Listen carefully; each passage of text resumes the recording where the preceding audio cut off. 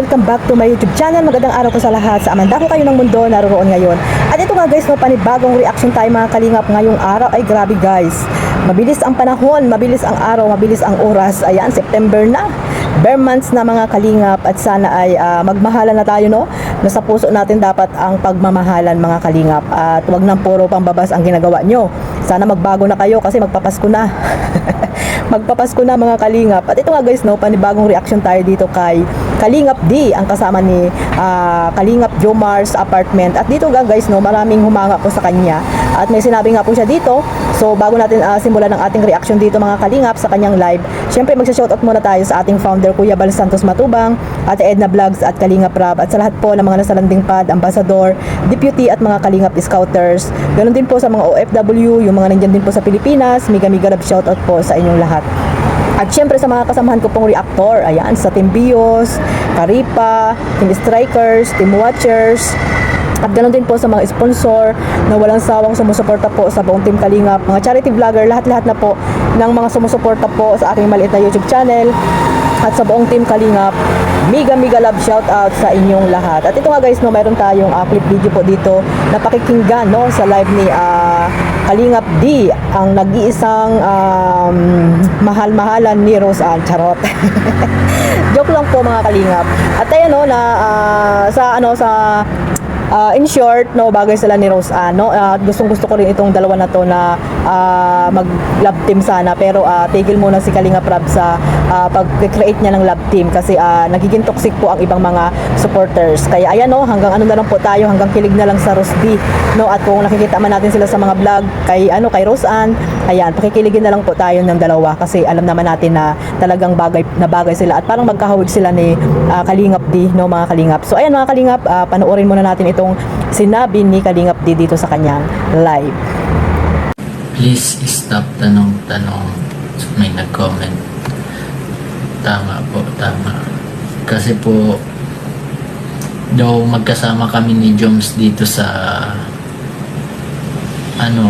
madalas magkasama kami sa apartment. Mas okay po siguro. Napagtanto ko na mas okay rin na protect ko rin yung privacy niya kahit na nandito siya o wala siya dito. Siyempre po meron siyang dapat off-cam na privacy. Kaya di ko na lang po sasagutin yung mga tanong na kung nasan siya, kung anong ginagawa niya. Pasensya na po guys. Hindi rin naman natin kukunin yung opportunity na porket kasama ko dito siya sa apartment, gagamitin ko na siya para ma-please kayo, diba? Napapansin. Kasi kung ganun ako, di sana noon pa lang pinagang vlog ko na siya, pinagang gamit ko na siya para magano lang yung ko channel. Nandun po yung support sa akin ni Joms, pero nahihiya rin po ako na sa kanya. Nahihiya rin ako na kumbaga siya na lang laman ng YouTube ko, ganon.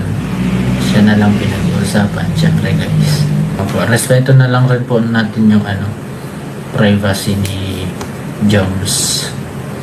So ay mga kalingap, sa hindi pa po nakasubscribe, ayan, pakisubscribe nyo po. At isa po siya sa mga cameraman ni Kalingap Rab, itong si Kalingap D na napakabait. At ayun nga, diba, salamat naman sa Panginoon at naligtas po siya sa kanyang nangyaring aksidente noong nagbasketball po sila.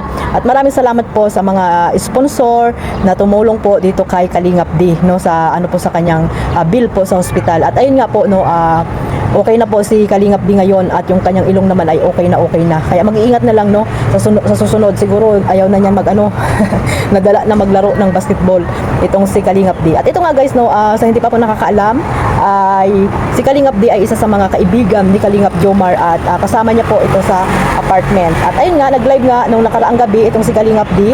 At sa hindi naman nakakaalam mga kalingap, na alam nyo yung ibang supporters ay tanong ng tanong pumunta, di ba sila ng ano mga kalingap ng Manila, doon sa sumama si Kalingap Jomar, no, nakaisa para suportahan po sila Kalingap Rab doon sa Family Feud, at nalaman nila na hindi umuwi or hindi nakasabay si Kalingap Jomar dito kala Kalingap Rab, at na pinaliwanag naman di ba ni Kalingap Jomar na hindi nga siya nakasama or hindi siya nakasakay doon sa van nila Kalingap Rab kasi nga nahihiya siya kasi may bibilhin pa siya doon sa Manila, at syempre may mga dala-dala dahil sa binigay ng Team Azor, di ba mga Kalingap? At alam nyo na yan, no? Hindi na yung paulit-ulit, at huwag nyo laging hinahanap kung kani-kaninong live itong si Kalingap Jomar kasi hindi naman nila yan ano wala sa kanila, hindi nila ano kasama, no, that time na ano sila nagtag dito nagla-live.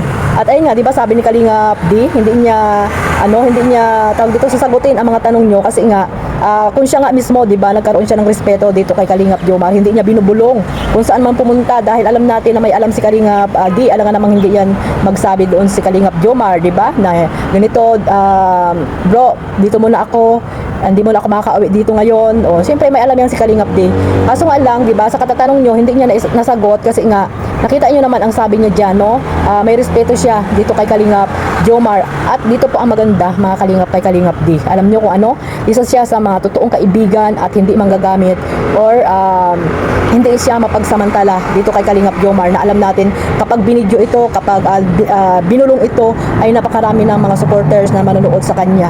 Pero hindi niya ginagawa yun mga Kalingap, no? Sabi niya nga, di ba, kung gugustuhin niya lang na i-vlog lagi si Kalingap Jomar, gagawin niya, pero hindi po niya ginawa yun dahil alam niya na may respeto po siya dito kay Kalingap Jomar at bigyan din daw ng privacy. O di ba mga Kalingap, huwag niyong igaya si Kalingap di sa iba na puro bulong, no? Kahit siguro pagtai, paliligo o kung saan-saan, kung ito ay kasambahay ni Kalingap Jomar, ay sigurado yan, parang yan, linta na uubusin talaga ang tawag dito, ang kasikatan ni Kalingap Jomar, no? Ibahin niyo si Kalingap D. Si Kalingap D, alam niyo naman na, ayan nga, sinabi niya na, di ba? Sinabi niya na kung gaano siya magkaroon ng respeto at hindi siya yung taong mapagsamantala, no? Kung gugustuhin niya nga lang daw na lagi niyang i-vlog si Kalingap Jomar. Kaya nga sabi niya hindi niya masasagot yung mga katalungan nyo dahil nga may respeto po siya dito kay Kalingap Jomar, no? Na hindi dapat lahat ay sinasabi, no? Hindi lahat ay pinapaalam sa inyo kung saan ba nagpupunta itong si Kalingap Jomar. Siyempre dapat hintayin nyo yung tao, no? Yung tao na mismo, si Kalingap Joms na mismo ang magsalita kung saan siya galing. At actually hindi naman dapat, di ba, magpaliwanag si Kalingap Jomar or sabihin sa inyo lagi kung saan siya nagpupunta, di ba? Hindi kailangan na lahat ay alamin nyo kung ano ba yung mga nangyayari sa kanya, di ba? Sana nga magkaroon tayo mga Kalingap ng ng respeto or bigyan natin ng privacy itong si Kalingap Jomar or sino pa man diyan ng mga Kalingap leading man or mga Kalingap angels, no? Huwag po tayo panay tanong. Di ba mga Kalingap? So ngayon, no, lahat ng live nandiyan talaga, no? Kasi nga, di ba, nandoon kasama, hindi umuwi si Kalingap Joms. So hanggang hindi pa yan nagla-live si Kalingap Jomar, tanong sila ng tanong kung nasaan ba itong tao na ito, kung saan ba nagpupunta, na akala nila ay niluloko na si Carla, akala nila may mga iba ng babaeng kasama. Ay grabe naman po mga Kalingap, lawakan po natin ang ating mga pang-unawa, no? Huwag tayo masyadong demanding or overacting na kasi para tayo mga bata na hindi natin alam kung ano yung ating mga kinukomment dyan, no? Para tayo nang aasar lang or talaga tayo yung mapanira lang, no? Tayo yung supporters ng Jomcar pero hindi po tayo totoong nagmamahal dito kay Kalingap Jomar kasi nga ultimo tawag dito, hindi niyo makita, tanong na kayo ng tanong, ano-ano na yung mga sinasabi niyo. Kung ano man yung sinasabi ni Kalingap Jomar sa kanyang live na nagkaroon lang siya ng second opinion or tawag dito, advice niyo kung ano yung gagawin niya, ginagawa niyo, ibabas niyo pa siya. Saan na ba siya lulugar mga Kalingap? Kaya sana, no, wag tayong ganyan, no? Kung talagang totoong supporters po tayo ng Jomcar, sana lahat ng mga ginagawa nila, suportahan na lang po natin kasi hindi naman natin sila nakikita. Hindi natin sila nakakasama. Ayun nga, di ba? Si Kalingap D, dapat ganyan kayo kay Kalingap D, no? Mga Kalingap, meron siyang respeto kahit nakasama niya na sa bahay, hindi niya binablog. Pero kung si Kalingap D ay tawag dito, parang palas, matakaw sa views, ay nako, grabe guys. At walang respeto kay Kalingap Jomar. Kahit pagtulog niya, pwede niyang pwede niyang i-vlog. Kahit pagkain nila, sama sa pagkain, pwede niyang i-vlog, di ba? Pero may nakikita ba kayo mga Kalingap? Di ba wala? O kasama niya lagi sa pagla-live, di ba? May nakikita ba kayo mga Kalingap? Di ba wala?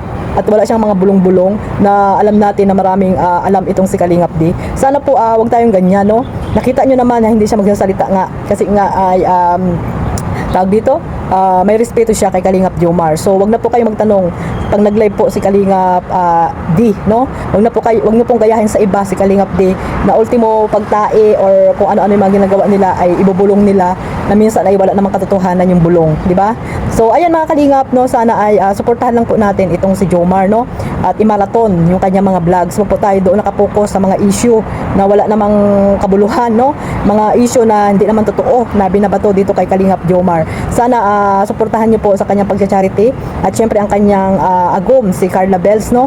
Suportahan niyo po ang kanilang mga channel para mas marami pa silang matutulungan na nangangailangan po diyan sa amandakot ng lugar po diyan sa Kamsor, mga Kalingap. At syempre kay Carla, no, para makatulong din po tayo kahit wala tayong maitulong na pinansyal ay sa pampanood po ay malaking tulong na po yan, mga Kalingap. So hanggang dito na lang po. Maraming po salamat sa walang sawang pagsuporta po sa aking maliit na YouTube channel at sa kay Kuya Bal. Ayan, isama nyo na rin po sa inyong pagmamaraton para makatulong po tayo sa programa ni Kuya Bal Santos Matubang sa kanyang pabahay, sa landing pad. Ayan, suportahan po natin ang ating founder. At isama nyo na rin po si Ate Edna, Kalingap Rab. Ayan, suportahan nyo po silang lahat, mga Kalingap. At sa mga bago ko pong subscriber, maraming salamat po, mga Kalingap, sa walang sawang pagsuporta. God bless us all. Mabuhay po ang Team Kalingap. Bye-bye!